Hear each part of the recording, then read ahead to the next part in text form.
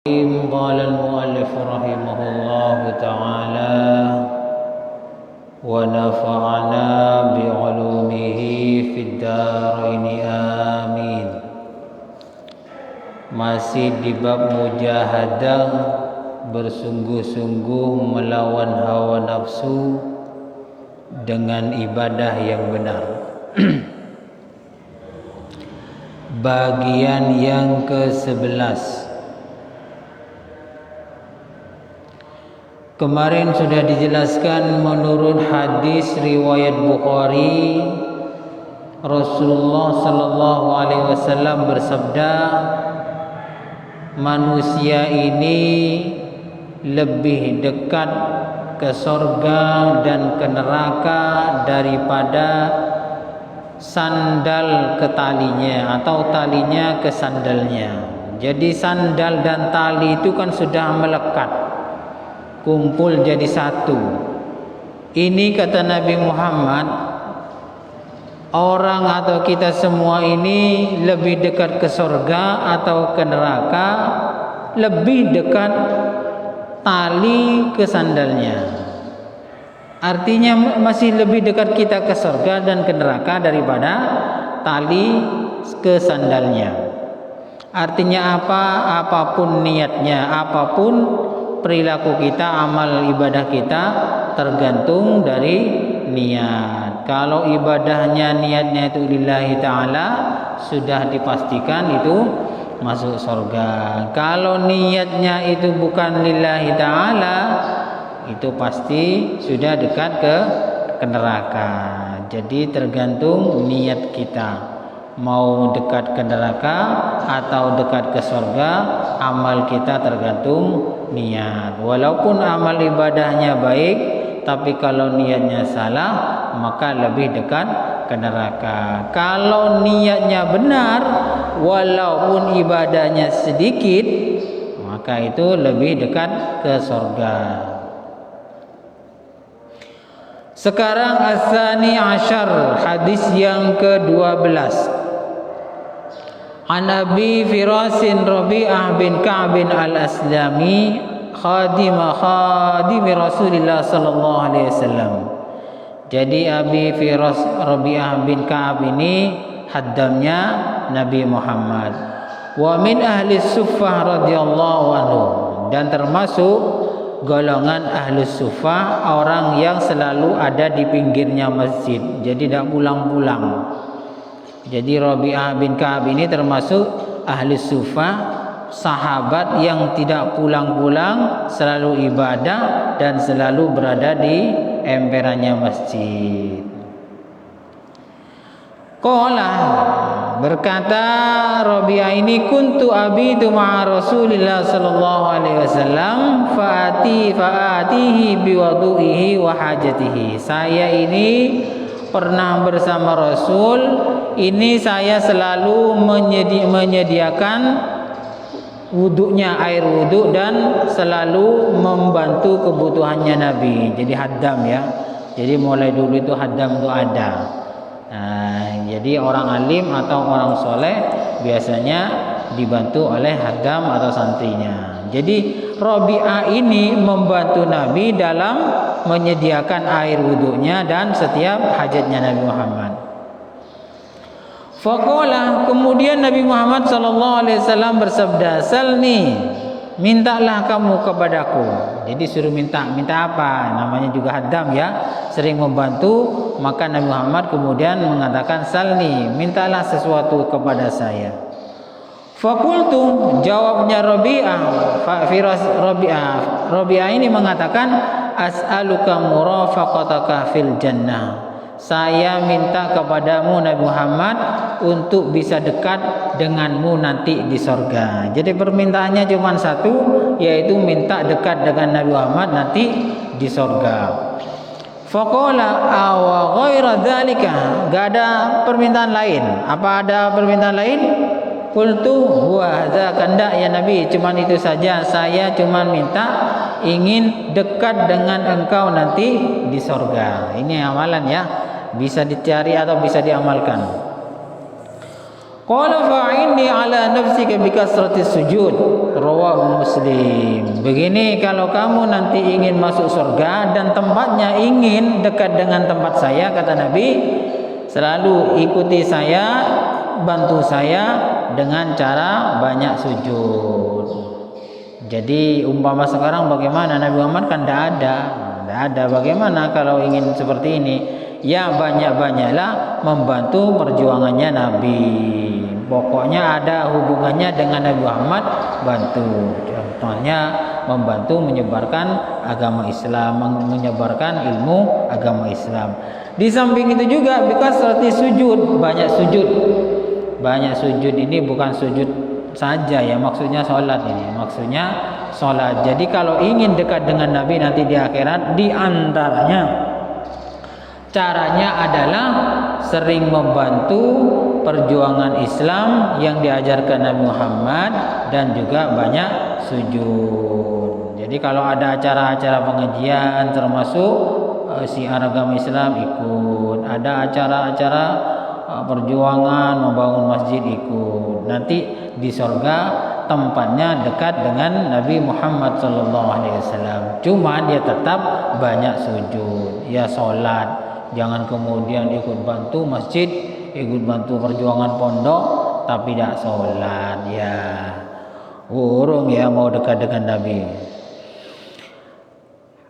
As-salisa asyara, yang ke-13, hadis yang ke-13, an Abi Abdullah wa yuqalu Abu Abdurrahman Sauban maula Rasulullah sallallahu alaihi wasallam radhiyallahu anhu qala sami'tu Rasulullah sallallahu alaihi wasallam yaqul la 'alaika bi kasratis sujud fa innaka lan tasjuda lillahi sajdatan illa rafa'aka Allahu biha darajatan aw wa hatta anka biha khati'atan. Rawahu Muslim.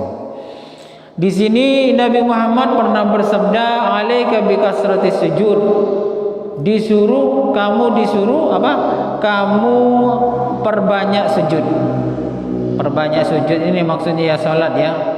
Di dalam syarahnya itu dijelaskan lebih baik banyak sujudnya daripada lama salatnya. Maksudnya bagaimana? Begini ya. Salat yang sebentar wajar, standar lah, biasa-biasa, itu banyak sujudnya lebih baik daripada sholat cuma 2 rakaat tapi panjang. Lebih baik banyak sujudnya. Contoh seperti sholat tarawih, orang-orang NU itu kan lebih banyak sujudnya, itu banyak rakaatnya, lebih sering begitu daripada sholat sedikit sujudnya walaupun panjang.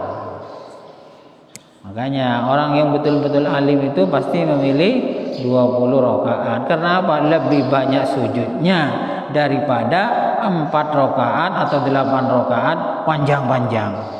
Nah, ini karena hadisnya ini, alaika bikasratis sujud, perbanyaklah kamu untuk bersujud kepada Allah Subhanahu wa taala. Salat sunat apa aja, salat apa saja lebih baik banyak sujudnya. Artinya banyak rokaatnya daripada hanya 1 rakaat, 2 rakaat atau 4 rakaat tapi lama. Lebih baik banyak sujudnya walaupun sebentar-sebentar.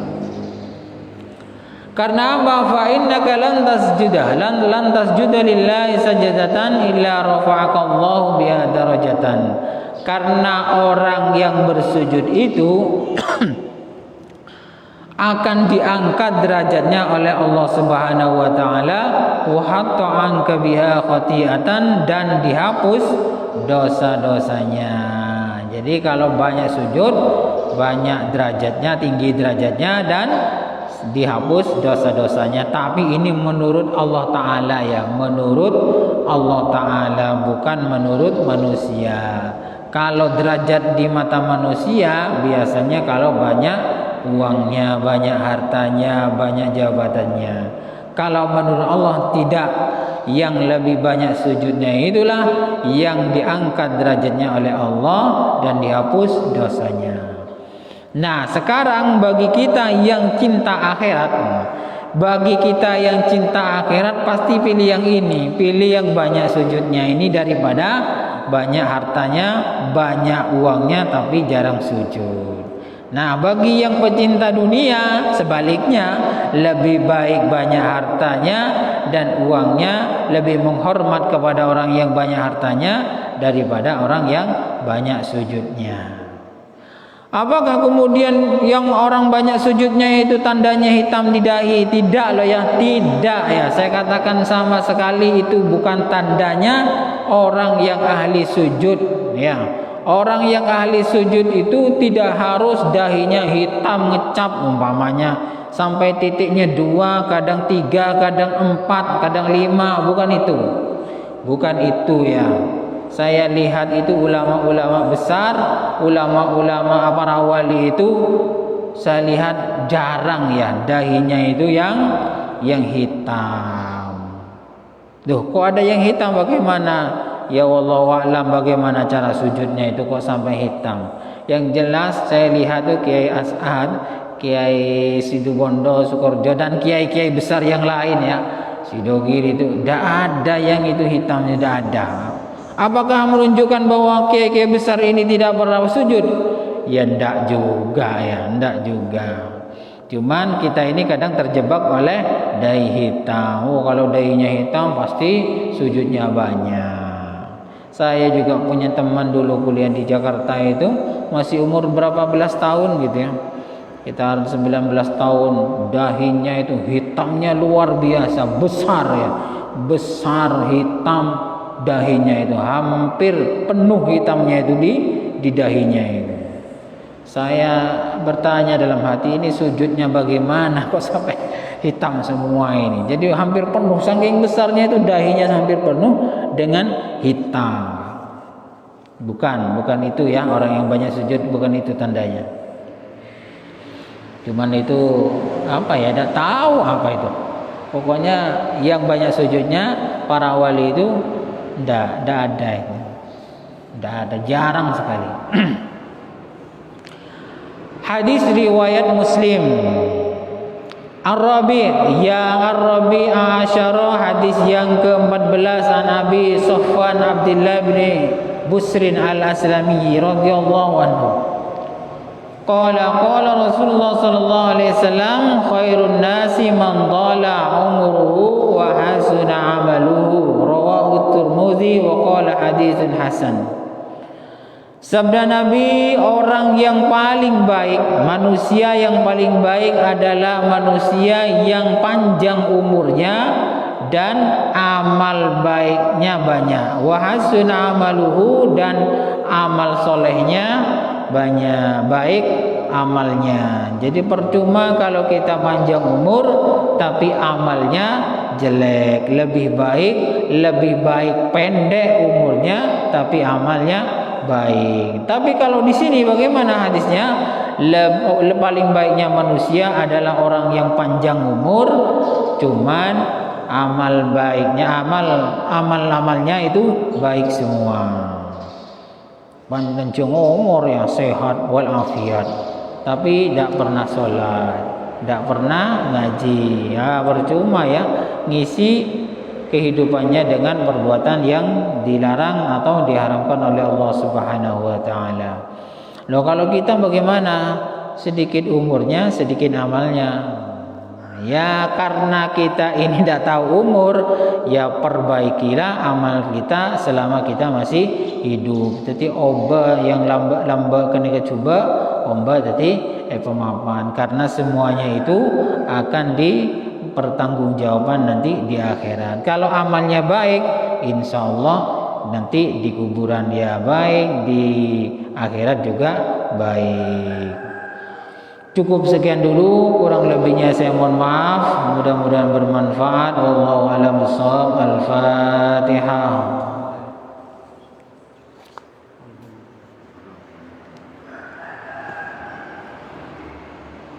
Assalamualaikum warahmatullahi wabarakatuh.